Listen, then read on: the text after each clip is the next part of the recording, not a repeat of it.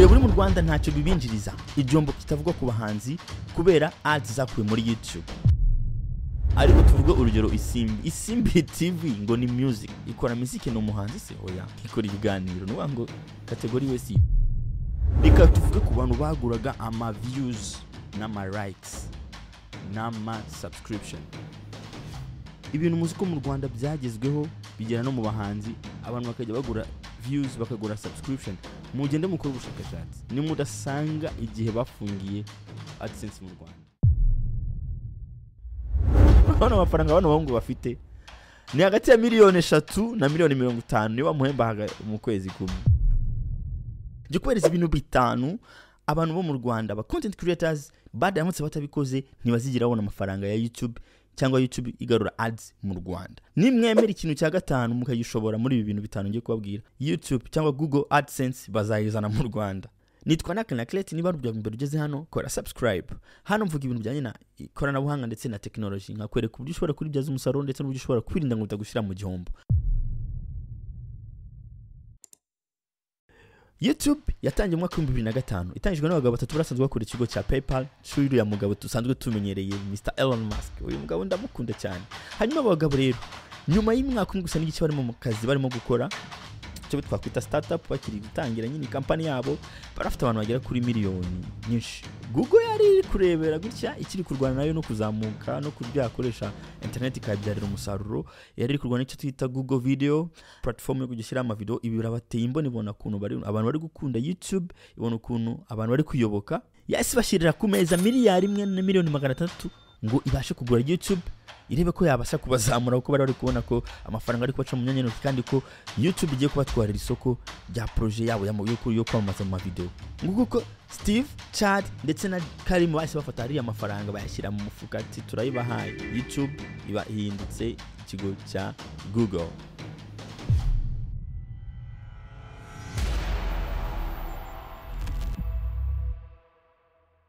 Umwaka ushize 2023 YouTube yinjirije Google yayiguze 10.25% by'amafaranga yose Google yinjije mu matangazo yo maza hano hose muri ads yose byanganaga na miliyari 31 mu madolari. Aya mafaranga ni hafi kimwe cya kabiri cy'amafaranga YouTube iba yishyuwe cyangwa se Google iba yishyuwe ngo yamamarize abantu, ariyo igabana n'abantu bamamaza bafite ama YouTube cyangwa se content creators. Aya mafaranga birirwa ubona abantu baryohamo n'amafaranga bayahawe Google ngo yamamarize abantu batandukanye.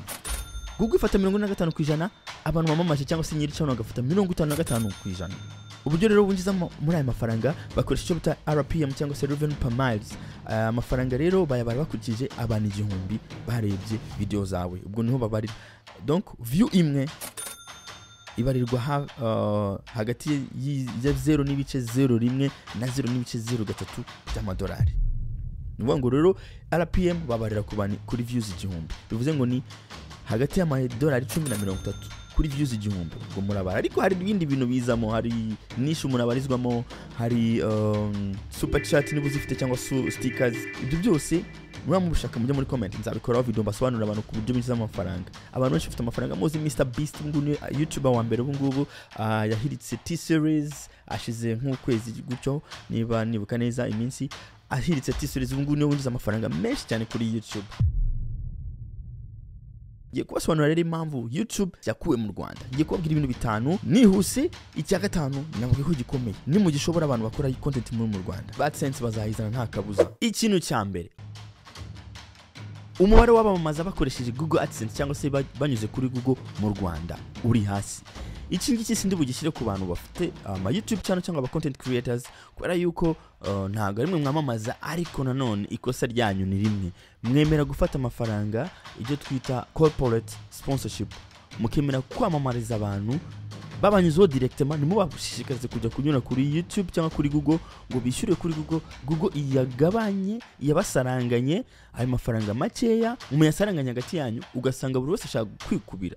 Ufite aba subscribers 100 yemere bishyure nubwo ari wabashatse ni strategy mwakoresha ashaka abo batera nkunga niba ari hoteli se niba abantu batandukanye abegera bwa ati genda ushyire kuri YouTube ni strategy muzakoresha hanyuma bazayabagabanya hanyuma umuntu avuge ko ashaka kwamamaza ibintu bye mu Rwanda mu cyo gihe YouTube izaba force yo gushaka abantu bari mu Rwanda na public yo mu Rwanda cyangwa community yo mu Rwanda iri bwamamariza ibyo bintu cyo gizabona ko mu Rwanda hakenewe kwamamarizwa noneho ya mafaranga mwashakaga sinzi niba baha amafaranga cyangwa se mubikora kubera ko babatije ahantu gukorera nzi kubona na mahoteli cyangwa se ariko abantu mukora amatangazo mu nkuru zanyu imbere cyangwa muri content zanyu imbere nimushishikarize bari abantu kunyura kuri Google AdSense ngo bishyure bamamaze Google nayo yunguke mugashaka kunguka mwebwe directement mufite amakosa ayo ngayo ndabashinja kubera imbogamizi dufite cyambere n'ururimi dufite abaturage bakeya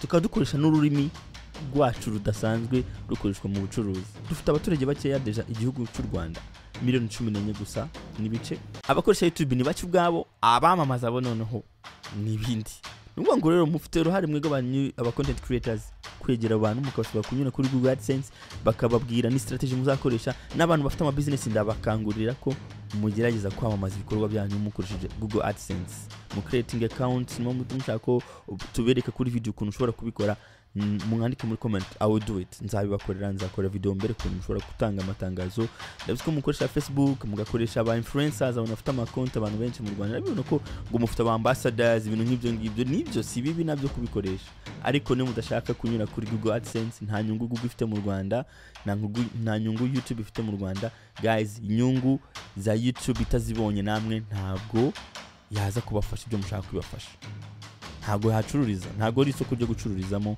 icyo ni cyambere icya kabiri content zo mu Rwanda zirapfuye yego nibyo channel zimwe na zimwe zikora content zifasha abanyarwanda ariko nanone channel nyinshi ziri mu Rwanda bumvishe gusa ngo YouTube irahemba umuntu uzanye kamera uzanye ibitabona ufite telefone ireba kajisho kamwe bose ngo baje gushaka amafaranga kuri YouTube nta muntu ufata umwanya ngo andike script bose barazana abaturutse yo abasinze muzana bambaye ubusa inshuti zanjye zira video zanyu mwebwe nanjye nkora business mu Rwanda sinahitamo kuvuza kwamaza kuri channel iri kuvuga ibintu nkabiri iri kwanduza society ntabwo content mukora ziri ku rugero rwo kwamamarizwamo ikindi channel zanyu nta categories zifite niche niko tuzita muri YouTube niche ni ikicubarizwamo reka nikoreshereze KZ youtubers me ingi ni imwe muri website ushobora kureberaho bimwe mu makuru y'aba YouTubers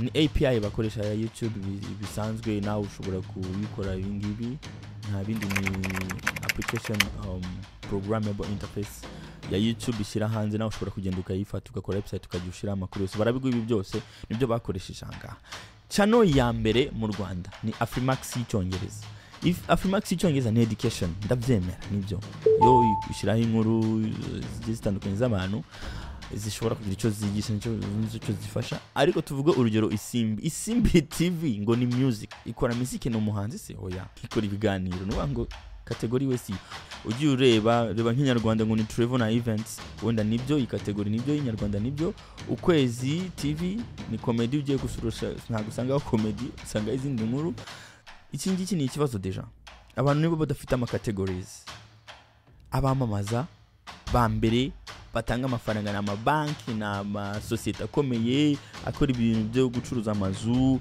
abantu bakora ibintu by'ubuzima abantu bakora bya digital marketing abantu bakora education abo nibo bantu bamamaza cyane bafite amafaranga no rero baraje baje mu Rwanda iyo bayibishyura kuri Google AdSense barabwira Google ngo twamamariza ahantu hose hari ibingibi bakora ibi bintu mu Rwanda rero baraza kwamamaza gute nuvuga ngo ni ikindi kintu kidasobanutse ku macana yo mu Rwanda n'amacana akomeye rwose muzakirebeho mu bikosore ndabizi nyine ko bakundi umuntu ari gufungura ataragera kure benshi nago baba babyitayeho ariko ni ingenzi kubera ko biri mu bintu bikoreshwa bagiye kwamamaza abantu batandukanye amatangazo ubona aza iwawe bitewe n'abantu bareba ibintu byawe kundi abo bantu bareba ibintu byawe bajyanye na kategori yawe sinzi ibyo ni ibintu byinshi ngiye kubisobanura aho ngaho niba mushaka gutera imbere mukora inama nk'aba YouTubers muhamagara no content creators bo mu Rwanda bamwe bakomeye cyane bo hejuru mwica bugufi gatoya muhamagara bagizamuka mushake sare ntimwayibura murakomeye mu Rwanda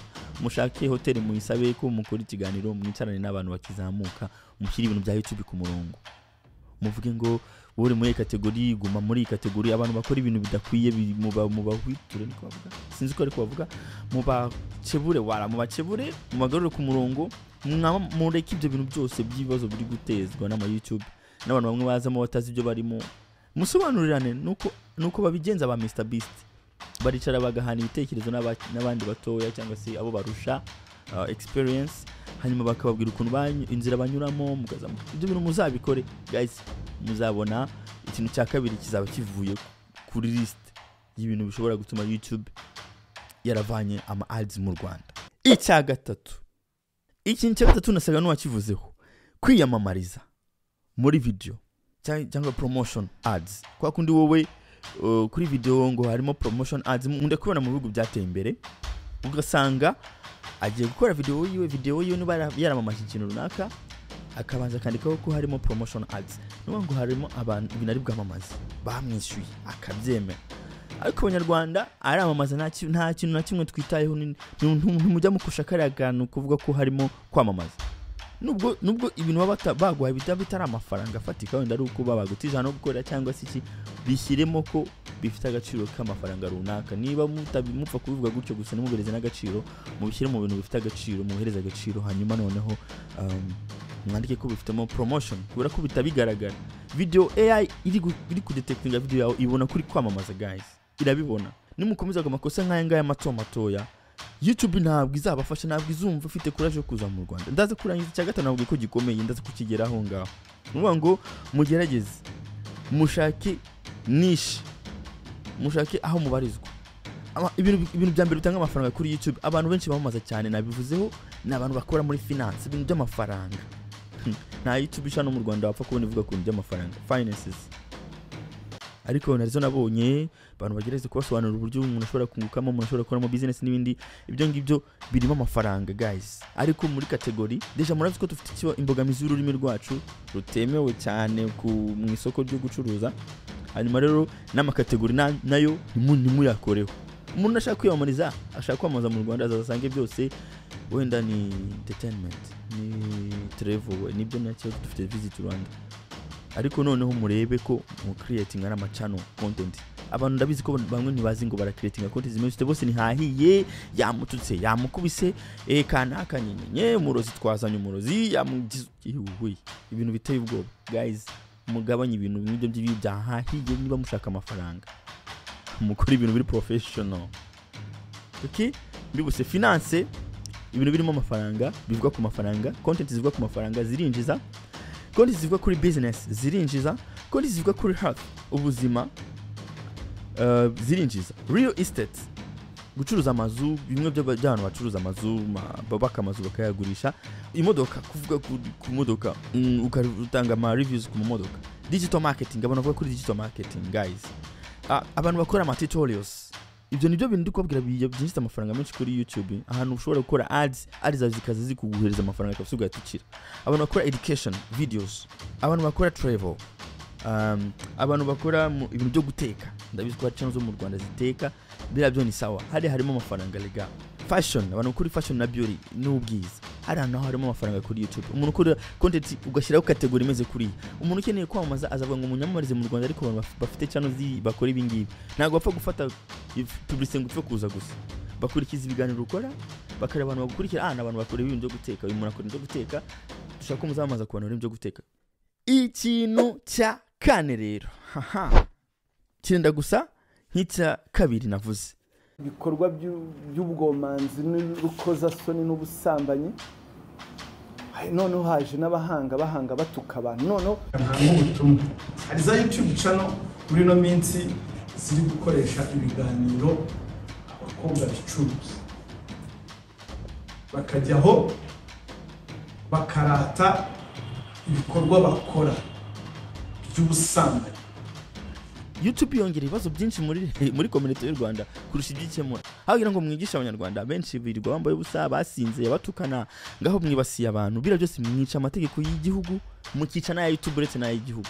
Ikintu cyabafasha YouTube ikagarura mu Rwanda ama ads nuko hakorerwa ubuvugizi na leta rero ntiri bukorera ubuvugizi mufatanye nayo bibazo rero kugira ngo uvuge ngo leta ijye kukuvugira kandi uzi yuko uri kuvuga abantu benshi la majorité abantu benshi bakora muri YouTube kuri YouTube bateza ibibazo abenshi 90% n'abantu bakora ibintu byahahiye byo kuvuga abantu ugasanga umuntu yibasekanaka kugira ngo bagire views nyinshi biriya deja ni inkuru zida YouTube ibwazo ntishobora kuzemera murenga ku mategeko. Abantu bamamaza nabo ntibashobora kuza kwamaza kuri izo channel zimeze gutyo nta muntu wabyemera. So mukora ibintu very smart guys, mukora ibiganiro bifite script mwandike no hanyuma none leta mubura mushyiraho ibibazo bimwe na bimwe ngo ntabwo bavugira ngo rura ngo leta nko muri iyi nkuru murabibona acitse yavuze ngo hakino ubufatanye bwa leta y'u Rwanda na YouTube cyangwa Google hanyuma na Big Man nawe nuko yavuze ko hakino ubufatanye bw'u Rwanda na YouTube nibyo koko ndaza kubereka ikiganiro kirangira ikibazo nyamukuru gihari ikibazo cy'ukuri gihari hagati y'u Rwanda na YouTube. Niba mushaka ko bajya kubavugira cyangwa se mushaka ko YouTube bita mukora ibiganiro bisobanutse mugabanya akavuyo ku ma channels mukorana inama guys nabibabwiye mwicarane mwige bwanyu muri mufashe singombwa ko leta kubatekereza kuri kibatekerereza kandi muri influencers mwige bwanyu mufite influence mu Rwanda muvuze birumvikana mukorana inama mwige bakomeye muhamagara batoya mubicaze muvuge ngo tujye kujya dukora ibi kuki mujya kuvuna leta ijye kubisha ngo mushanga amafaranga ngo muzajya musora ngo nibyo amafaranga arinjira ariko se noneho ayo mafaranga ku gihugu amafaranga ari sare gutyo aranduye kubera yuko abantu benshi bayakura mu nkuru zasebanyije. Leta yangaye ntabwo biyakeneye guys. Leta yakwishimira yego gufata iyo misoro ariko ibinjanye biri ku murongo kugira ngo bagire imbaraga zo kuza kubafasha nuko muza kuba muramwe muri ku murongo babe mutabagora. So rero icyo muzagitekerezeho guys. Icyanyuma aho ruzingiye guys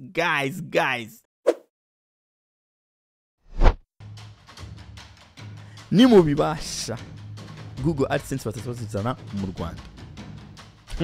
Ngiye gufata YouTube 5 za mbere mu Rwanda nkurikije aya makuru ari hano imbere yanjye hanyuma mfate na YouTube zabari abagabo batanze ibiganiro sinzi niba babivuze bigiza nkana cyangwa se niba batazi kubyo bwabyo ari ikibazo ngiye kubereka YouTube zabo ahantu zibaruriye cyangwa se ahantu zibarizwa. Jya kuri socialbread.com fungura iyi social bread ni analytics za YouTube n'amandi marezo sosiyo akenshi ushobora kurebaho Twitch, Facebook, Instagram ushaka ikintu cyose ushaka ku ma social media platforms ushobora kuza kuyishakira hano baguha analytics zose guys. Iyi website ni turi komeye cyane ku bantu mushaka kumenya ibintu bijyanye n'izi mbuga rwose ahangaha mushobora kubakorera ubushakashatsi bwose mushaka. Ahangaha ikintu hari mufasha ni ukunyereka ahantu ama YouTube abaruriye cyangwa se abarizwa. YouTube ndabanza nigire kuri rwa rubuga rwa youtubers.me fate YouTube ya mbere iyitwa Afrimax njye kuri YouTube bisanzwe nandike YouTube hanyuma ndibuze gushaka iyi YouTube yitwa Afrimax English hanyuma niyo yo hejuru murayibona inkuru ikora ndafata iyi Afrimax nyikandeho njye kuri yo channel ndafata ano magambo ari imbere ya arobase cyangwa se bayita handle chaka ndazangaha muri address bar fate iyi zina riri inyuma arobase iyi ngiyi ni nkiranga muntu cyangwa se nimero y'iranga muntu kuri YouTube ni nkiranga muntu mu buzima busanzwe nta handle ebyiri zishobora kuba kuri YouTube buri channel sigira handle yayo iyi nitandukanye cyane imwe n'izindi zose donc niranga muntu ushaka kumenya nka email yawe yo kuri Gmail n'umuntu mushobora kugira email ebyiri zisa kuri Gmail. Tujye kuri social bread iyi channel yatangiye mu mwaka wa 2015 ibaruye muri Amerika. Okay, ifite subscribers miliyoni zingizi ifite ama video 1200 n'ibindi muri kubibona n'izindi reports zose waba ushaka kuri Cano. Amafaranga binjiza mu bikunda ko mbese binjiza amafaranga y'abacano mujye hano mujye kureba. Nuvuga ngo hano barashyizeho mu minsi 30 uyu muntu yinjiza hagati y'ibihumbi 2600 n'ibihumbi 42 by'amanyarwanda. It's your fault. Hano amafaranga bano bahungu bafite ni hagati ya miliyoni 3 na miliyoni 50 niba muhemba mu kwezi kumwe. Mwabonye ko umugabo yibereye muri Amerika. Okay, nubwo ari niyo YouTube ya mbere mu Rwanda ariko bari muri Amerika. Twandike ngo Isimbi TV ari mu gihugu cya muri Leta Zunze Ubumwe za Amerika. Mwabibonye katira amafaranga yinjiza nawe. Yinjiza hagati mu minsi 30 mu kwezi kumwe. Mu minsi ishize nyine.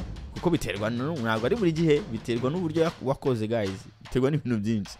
Ariko mu kwezi gushize byibuze yahembwe hagati y'ibihumbi 2200 by'amadolari ya Amerika, miliyoni hafi 3 na miliyoni 35. Ubu ngubu ni wa kabiri. Tujye ku wa gatatu. Wa gatatu mu Rwanda ni Ama Music and Sound. Nta nubwo tumuzi uyu nguyu. Reka tumusearching Ama Music and Sound.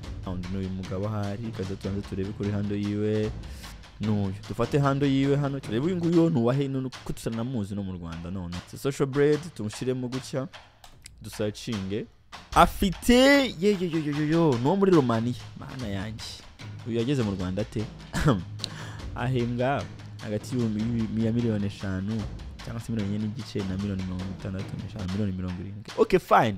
Reka tujye kuri uyu ni Kigali Today. Hano mu Kigali Today. Okay. Turebe Kigali Today abarirwa mu kihe gihugu uyu nguyu nubwo tuvuga ko bari mu Rwanda. Dufate hano Kigali Today 1. Tujye kuri Social Bread dushiremo Kigali Today 1 do searching. Kigali Today yibereye muri Amerika. Sawa. The Choice live kuri YouTube. The Choice tujye kuri hando yiwe n'indi tuyitware tujye muri Social Bread tuyishiremo turebe. Boom. Cool. Afite ayibereye nawe muri Amerika. Mama ye. Okay, mwayibonye ko muri amafaranga. Tujye kuri batanu n'abarangira. Reka nigire mu nkuru rero na radio Inyarwanda. Inkuru y'Inyarwanda fitemo JB Rwanda. JB yibereye mu gihugu cya Kenya hanga wala muri Kenya. Nafite akana hembwa hagati y'ibihumbi 150 na miliyoni n'igice. Discrètement nguyu hano discrètement washobora kuba ari uyu. Yego ndabona ari hanyuma dufate hando yiwe tuyizane muri Social Bread searching. Afite ari mu gihugu cya Great Britain, ari mu Bwongereza. Discrètement ahembwa hagati y'ibihumbi 100 na miliyoni n'igice. Hanyuma Chita ndikubabwira abantu nyine bari gutanga amakomentari ariko bazi impamvu ngo byavuye mu Rwanda. Ari mu gihugu cya Kenya. Chita nawe winjiza hafi 700 na miliyoni 10. Chita maji kitumuna kituje kwa Clapton Kibonge wala nagari Kibonge. Pardon. Tujye kuri Social Bread dushiremo angaha yibereye muri Amerika. Clapton yinjiza hagati y'ibihumbi 500 na miliyoni 9 cyangwa se naho ngaho. Hanyuma bamenya nawe ari mu gihugu cya Amerika.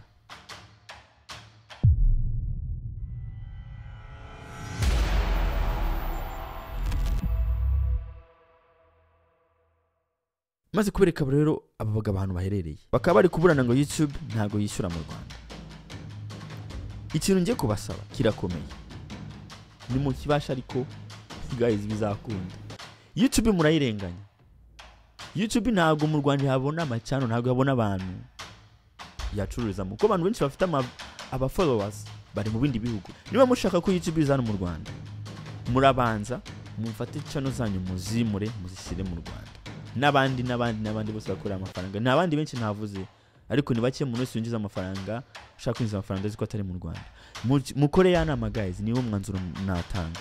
Mukore ya nama muvuganeho, mushake hoteli muhure, mwihereze guhomba, simbizi na muri ubyemera.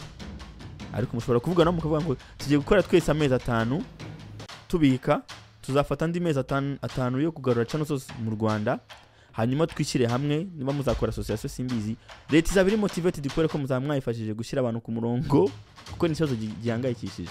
Hanyuma rero namwe muzaba mufite uruvugiro uko bavuga, muzajya mubwire YouTube ngo dore dufite abantu bahangana uko mu Rwanda, dufite public, dufite community, twifuzaga ko Google Ads Google AdSense mwayizana mu Rwanda ko hari abantu, hari isoko.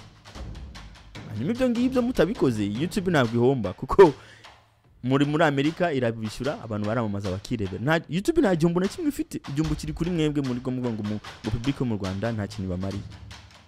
Ni uko mwiyemeza mugahomba igihe gitoya mukazana amacano yanyu mukayimurira mu Rwanda, YouTube ikabona ko mu Rwanda hari amacano. Niba se mwege bakomeye muri mutari mu Rwanda kandi abantu bose bakaba bizi, n'abandi ntago bandikisha channel zabo mu Rwanda. Nuvuga ngo mu Rwanda ushobora gusanga hari nka channel zitarenze 50. Nazo se wenda ziri ibintu bizima, abandi batarahumuka nyine, abandi bakiri kwishakisha nyine n'abantu navuga ngo batasobanukiye bya YouTube, bakiri kwishakisha batazi aho byabereye. Nuvuga izo ziri mu Rwanda, izo nizo YouTube zayitesha umutwe ngizanye AdSense mu Rwanda. Ntibishoboka. Guys, mwishyire hamwe hanyuma mugende mukosora amafuti mufite mu channels amwe namwe, muhamagare leta muyereke ko mwikosoye, izabiri motivated yo kwakira amafaranga yanyu atari mu mwanda. Murabizi ko ni igihugu gitera imbere muri technology, sinekiza ko bashobora kubangira kuba mwayibyaza umusaruro. Hanyuma rero ibintu bizajya ku murongo kandi ibintu byose bizagenda neza. Jewe noneho kubona abonye abavuze ngo ntibazi impamvu, n'abandi batanze impamvu zitandukanye hano, abavuze ngo ni leta yabifungishije, abandi ngo ni YouTube, abandi ngo ntibazi impamvu, abandi ngo ni ibiganiro bipfuye. Reka nibarize ChatGPT izi ibintu byinshi biri kuri internet, n'ibintu biba bitashyizwe hanze officially cyangwa se officiellement cyangwa se mu Rwanda ngo ruvuge ngo YouTube zirafunzwe kubera ko ndahari akavuyo. Niba ari yo mpamvu simbizi, nge ntabyo nahamya, cyangwa se ngo YouTube cyangwa Google bavuge ngo tufunze mu Rwanda kubera ko hari ikibazo cyo iki n'iki ku bantu bakoresha YouTube cyangwa se ku ruhande rwa leta, ntabyo tuzi. Reka nibarize ChatGPT, navuge ko igenda kuri ibintu byose biri kuri internet. Niyo mahirwe dusigaye dufite ubu ngubu. Mbere ntabwo bashaka kugera kuri internet, nabisobanuye muri video zabanje igenda uzirebe, ariko ubu ngubu bisigaye ajya kuri internet. Ni ngo n'ama document nka PDF cyangwa se ibindi bintu ahantu bibitse ahantu runaka byanditsemo ibi bintu, iragenda ikazisikana ikazisoma, igiye kutubwira igisubizo. Reka nyibaze, why did Google stop AdSense in Rwanda? Google has not officially stopped AdSense in Rwanda. However, there have been instances where users rumva ntabwo zihagarika ngo, ariko hari aho byagiye bigaragara ko mu bice runaka ubwo n'u Rwanda rurimo abantu bagiye bahura n'ibibazo kubera amatangazo yamamaza AdSense. Ibyo ngibyo bishobora guterwa n'ikimwe muri izi mpamvu. Ibi nabigarutse impamvu ya mbere, policy violations. Guys, bimwe nababwiye ibintu byo kwandika inkuru zirimo gusa abantu basinze, ngabo mwazanye abantu bari kurwana muri video, muri kubibona nubwo muri kuseka ngo biri kubasetsa, biri kuentertaining, ariko biri AI artificial intelligence ibifata nko kurwana ko zicana kugira ngo nifashirize abantu basobanurira ibintu byabafasha n'ibyabatera ikibazo n'ibyabungura. Ikibazo cya kabiri ivuga hanga ro advertiser demand, nuvuga ngo abamamaza bakeya. Birashoboka ko mu Rwanda badashaka kwamaza, nibagenda bashaka AdSense nabivuzeho, cyangwa se abantu bari hanze badashaka kwamaza ku bantu bari mu Rwanda. Ni gake abantu bashobora kugura ibintu biri kwamarizwa hanze. Niyo mpamvu abantu bajyana amacano muri Amerika, kuko abamamaza bari muri Amerika bakavuga ngo okay, mwamamaze kuri channel zo muri Amerika, wenda zamamaza zivuga ku bintu bijyanye na beauty, ubwiza. Ubwo channel yawe yivuga kuri beauty kabiri muri Amerika, amafaranga uraza kuyarya. Ikintu cya kabiri. Icya gatatu, fraud and invalid activity. Google monitors for fraudulent activities such as click fraud or invalid traffic. Hari ibintu byateye mu Rwanda, abantu bafata channels ajyamara kuyikuza agahita yifata akayigurisha undi muntu. Guys, bira ni fraud. Ni ugufata abantu ukabahinduriraho igicugu cyo bagahita babona harari kugwa imvura, akabona izuba riracanye. Siko twa turi hano hariho ibintu bya comedy bisetsa, turi ko naje umuntu uri seriye noneho. Urumva ndetse cya kibazo cyuko nta nishe abantu bafite. Wowe wavuze ko ukora comedy, uri kutuzanira ibintu by'amakuru ya politiki. Ibyo babyita fraud cyangwa invalid activities, ntago byemewe, uba wabeshye.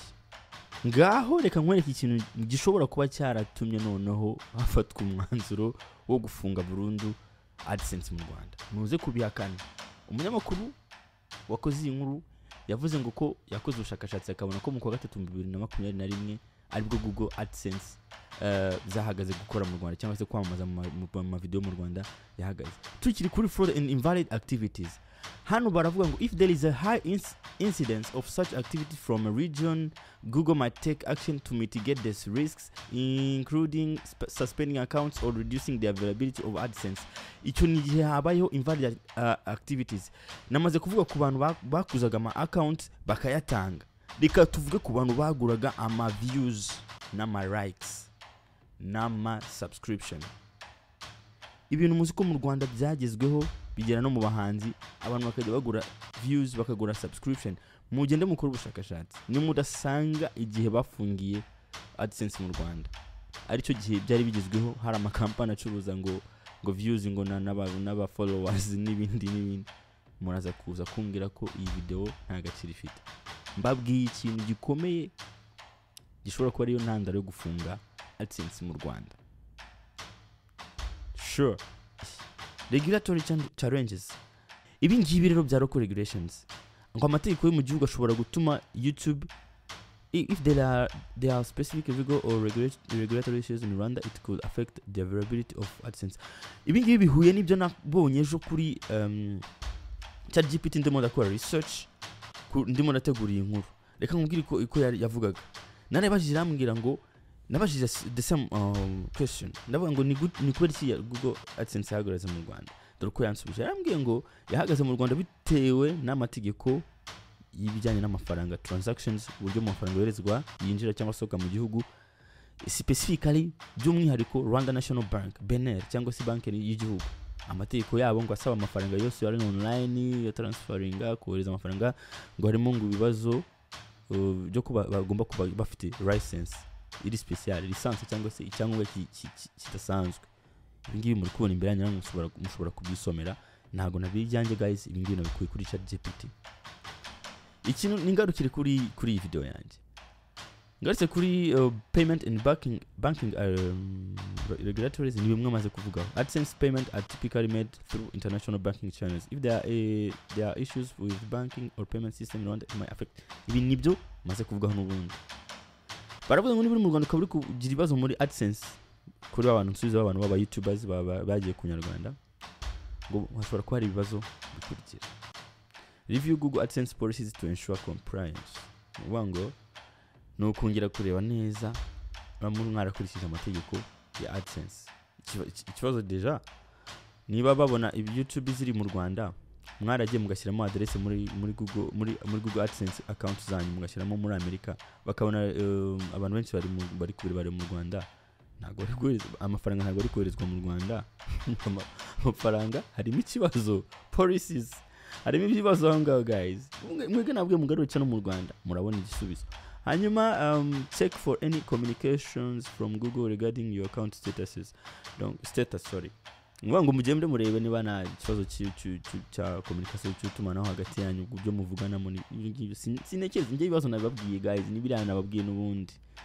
Contact Google AdSense support for specific inquiries related to your account. Bari kuvuga ku muntu runaka, ariko hano turi kuvuga muri rusange ku gihugu cyose.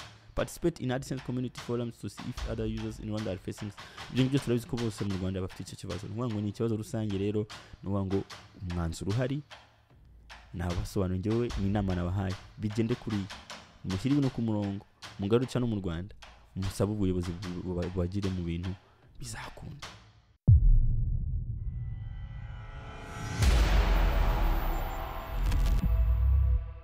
Mwakoze, nitwa Naklets.